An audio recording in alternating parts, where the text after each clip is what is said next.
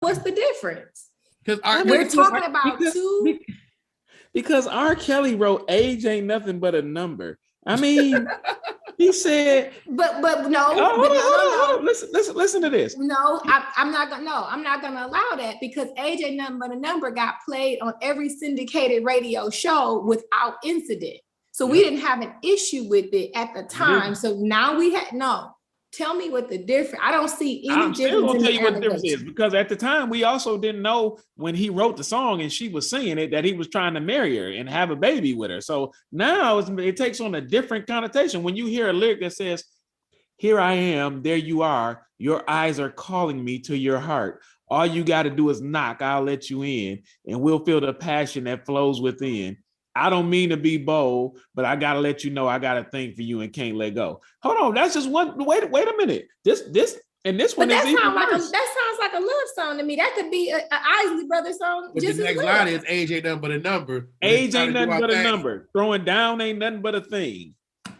And then the next verse is, "Take my hand, come with me. Let me show you the ecstasy. Boy, be brave. Don't be afraid, because tonight we're going to go all the way. Don't mean to be bold.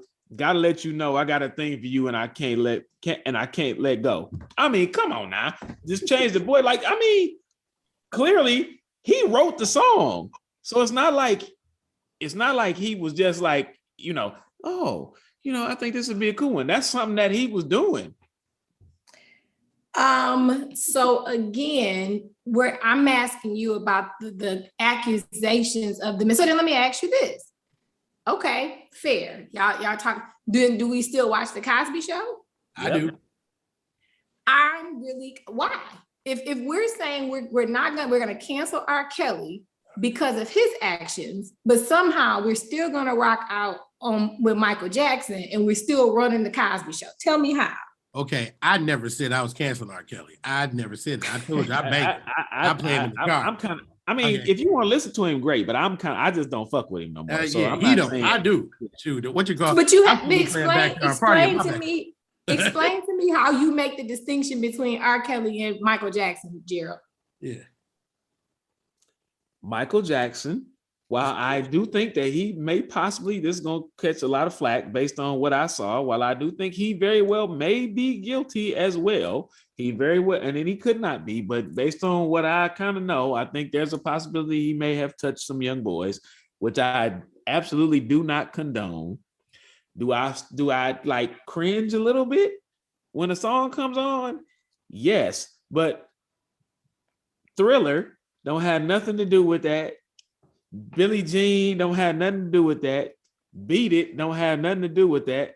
Butterflies don't have nothing to do with that. Like, it doesn't. Billie Jean is all about him denying paternity, but never mind. Keep going. Yeah, I know. I played that song at my "The Baby Is Not Mine" party several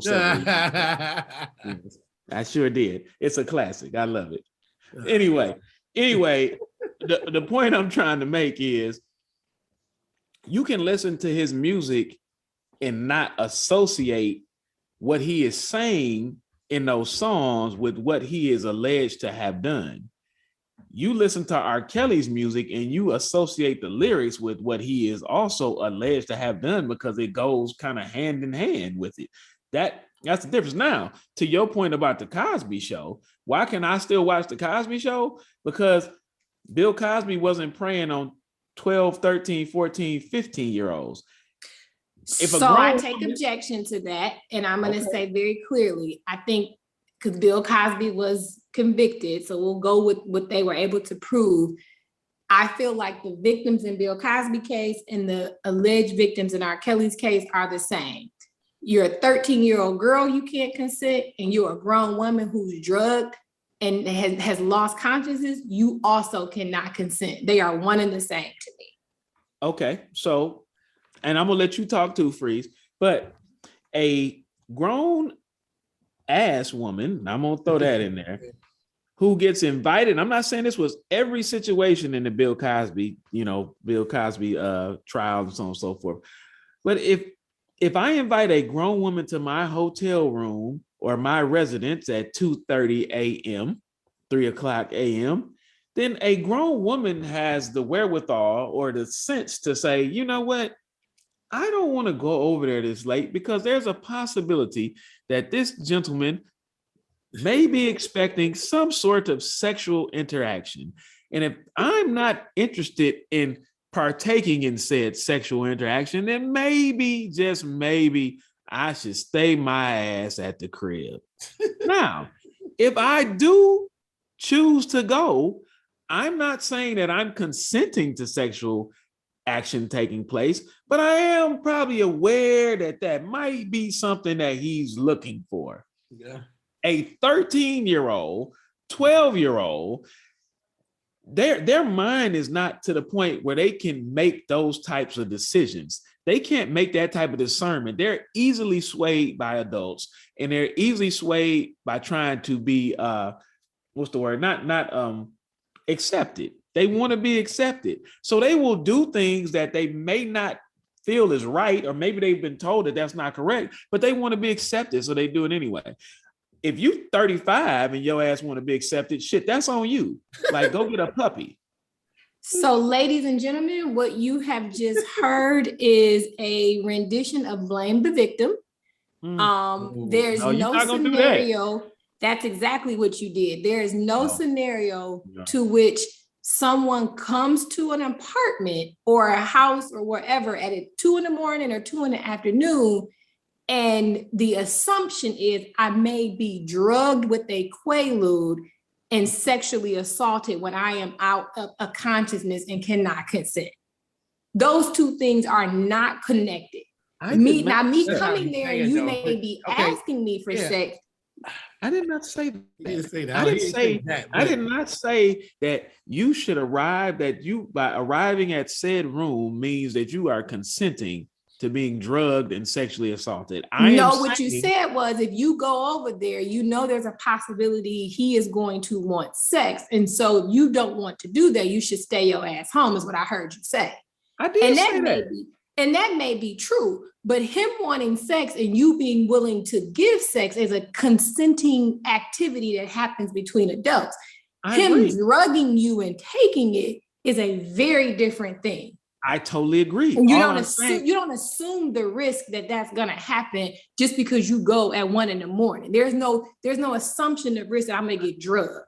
I didn't say that. That's not get drugged, but you might. I think it's an assumption that he's going to try to touch me. Well, if I go to her house at 2:30 in the morning, I'm assuming he's going to touch me. That's different. Assuming that somebody is going to try to touch you and then giving you a controlled substance to impair your ability to function is completely different. Okay. I want to say this. I don't think we're. I'm not arguing your point. I'm not arguing that point. I'm saying that an adult knows that there's a possibility that there may be some inherent risk involved with going over to a man's house or room, hotel room, whatever the case may be, past a quote unquote what is considered a decent hour, a decent time. That's all I'm saying. And I'm saying a child is unable to process that. So therefore, it is much easier for me to sway a child to do some things that they shouldn't do or wouldn't normally do, just because they are trying to be accepted, not because they know that it is morally wrong. They just want to be accepted. And if you are indeed a superstar, then they also are going to be like, oh man. So what I'm saying is, R. Kelly, in my opinion, utilized his status as a superstar to feed his depraved sexual wants and desires. Now, I'm not saying that Bill Cosby didn't allegedly do the same thing, but I'm saying Bill Cosby, these were grown women who he said, hey. It doesn't matter. I don't care how old they were. Once they were unconscious, they were just like a 12-year-old with the inability to consent. But before, we're not talking about once they got there. But that's all I'm talking about. Okay, okay, Dandridge, if I called you and I did, like, we just met happenstance, right? And I'm just semi-famous, and I call you or text you at 2:15 in the morning, and I say, hey, But first of all, I'm gonna be asleep. We know you are, but this is okay, please. If I text you at 2:30 in the morning, I've never gotten a booty call. I think people just know better. Damn. They know not to booty call you or flew you out because you're not gonna get no booty. So there you go. That is probably true too. So there you go. They ain't trying to debate about panties at 2:00 in the morning. Right. So there you have it. Right there. At least we got that. At least we solved one thing tonight. We sure did. But my point is, if I call you at 2:00, 2:30, and I text you and I say, hey, why don't you come through and have a drink or just chill with me? Are you not going to think that since I contacted you at 2:30 that I may want to do something more? I might not, but I may also want to do something more than just chill. So it is a reasonable assumption to think that you probably want to engage in some type of sexual activity. I would not think that I would be drugged and raped. So we're talking about, right? So again, you all are saying, oh, these are adult women, as if that's some distinction that makes what Cosby did any different than what R. Kelly did. No, they both had people in their harem that didn't have the ability to consent. It's the same thing. I don't care how they got there. I don't care that they were 40-year-old women. But once they got there and were no longer able to give consent, they're a 12-year-old kid for all practical purposes. Well, you going legal. I'm not talking about once we're on. Well, what you talking about then? Because what you saying? I'm still saying, like, it's not fair. Like, them being drugged, I'm never going to condone that. I'm never going to say that because they showed up there that they should have been drugged or that they consented to being drugged and hey, that's just what happens. I'm not saying that. I am saying, though, that they had the ability, the mental capacity in their head to say, you know what, I'm not going to go over there because in all likelihood, this individual is going to ask for this. Now, I'm not saying some of them who weren't drugged might not have given it up anyway, right? I don't know. We don't know that. But I'm also saying, though, if that is not what you intended to do or you didn't want that to happen, then don't put yourself in that situation. I wouldn't put myself in a situation like that if I knew that was a problem. I'm gonna be like, you know what? I think I'm good. I'm not gonna go. That's just like, hey, look, that's just like when you drive to the party store or the corner store, the liquor store, and you look, you might really want some Annihilators. Shit, you might really want some Coke 45. Yeah, I took it back. But if you pull up and you look and you say, it's a dude over there. It's another dude over here. This situation looks a little sketchy. You know what? I don't think I'm going to go in. I might just have to go home and have a Pabst Blue Ribbon. Damn it. Might not be able to go in. Now, if I go in, after I saw that the situation looked sketchy as hell, and then you see on the news that I got robbed and stabbed. So those two things are not parallel. They're the most ridiculous shit I've heard. They're not.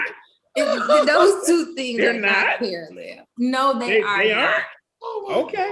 Assessing an unknown environment for danger versus meeting someone you know and have some type of relationship with are two different things. He didn't know all these motherfuckers. Sorry, pardon my language. He didn't know all of them. Some of them he had just met at the Playboy Mansion in the grotto. Not every single one of them.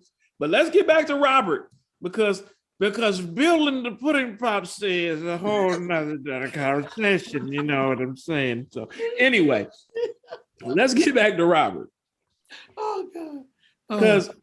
Because I personally am on the side where like I said, I just cringe when I hear some of the songs now. Like I just be like, ooh.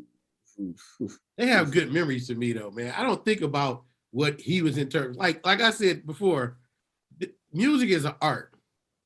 If you go, I don't go to the art gallery and look at a Picasso painting and say, I wonder was Picasso touching a little boy when he was painting this paint right here. Well, but you would if he had